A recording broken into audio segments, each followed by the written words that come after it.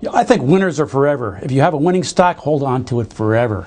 And a lot of people make the mistake of thinking they got to take a gain. You know, I bought Apple at 400, I'm going to sell it at 600, I'm smart. No, that's not smart. That's dumb. And the reason it's dumb is that when you sell a winner, you have to share your winnings with the IRS. And I don't like to share my winnings with the IRS. The smart thing is to hang on to winners and sell off your losers. Listen to Warren Buffett. Warren Buffett was smart about this. And he said things like, the best holding period is forever. Of course, his stocks only go up.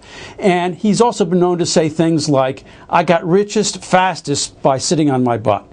And the reason is he doesn't like to share his gains with a tax collector either. This is what it means to sell something that's going up. I'm going to assume that you're making 8% a year on your growth stock, on your Berkshire Hathaway, your Apple, whatever it is. May you be so lucky. So you start out with $10,000. And that's growing at 8% a year. Now, how fast does something double at a rate of 8%? It takes 9 years to double.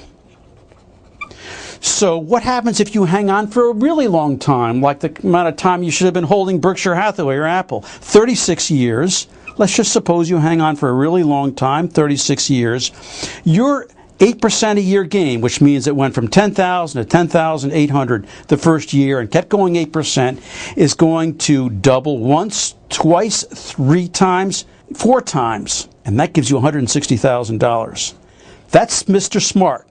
You hang on to your stuff forever. Now, Mr. Dumb, he's got the same 10,000 he's starting with. He's making the same 8%, but he's got a little problem. He likes to sell his winners. So after a year, he sells his 8% stock. He pays up 1/4 of it, a 25% tax rate to the IRS. And what has he got left? He's got a 6% return. How long does it take for something to double at a 6% rate? It's a whole lot longer.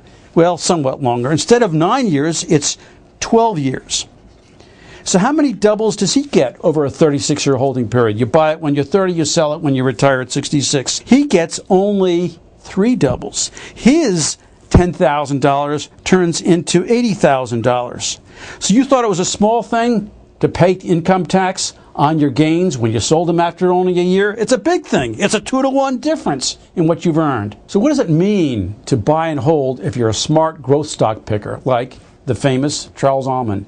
He started in the 1960s. He finally hung up his shingle, retired at the young age of 87 a few years ago. And if you looked at his list of stocks, it had some extraordinary performers on there. Why? Because he'd been doing it for so long. Why else? Because he hung on to his winners. As an example, one of his winners was ADP. ADP is up 41,800%. 41,000% for this stock. He held it for 40 years. Delhaize is another one. It started out in Almond's stock report as Food Lion stores. It turned into a big winner.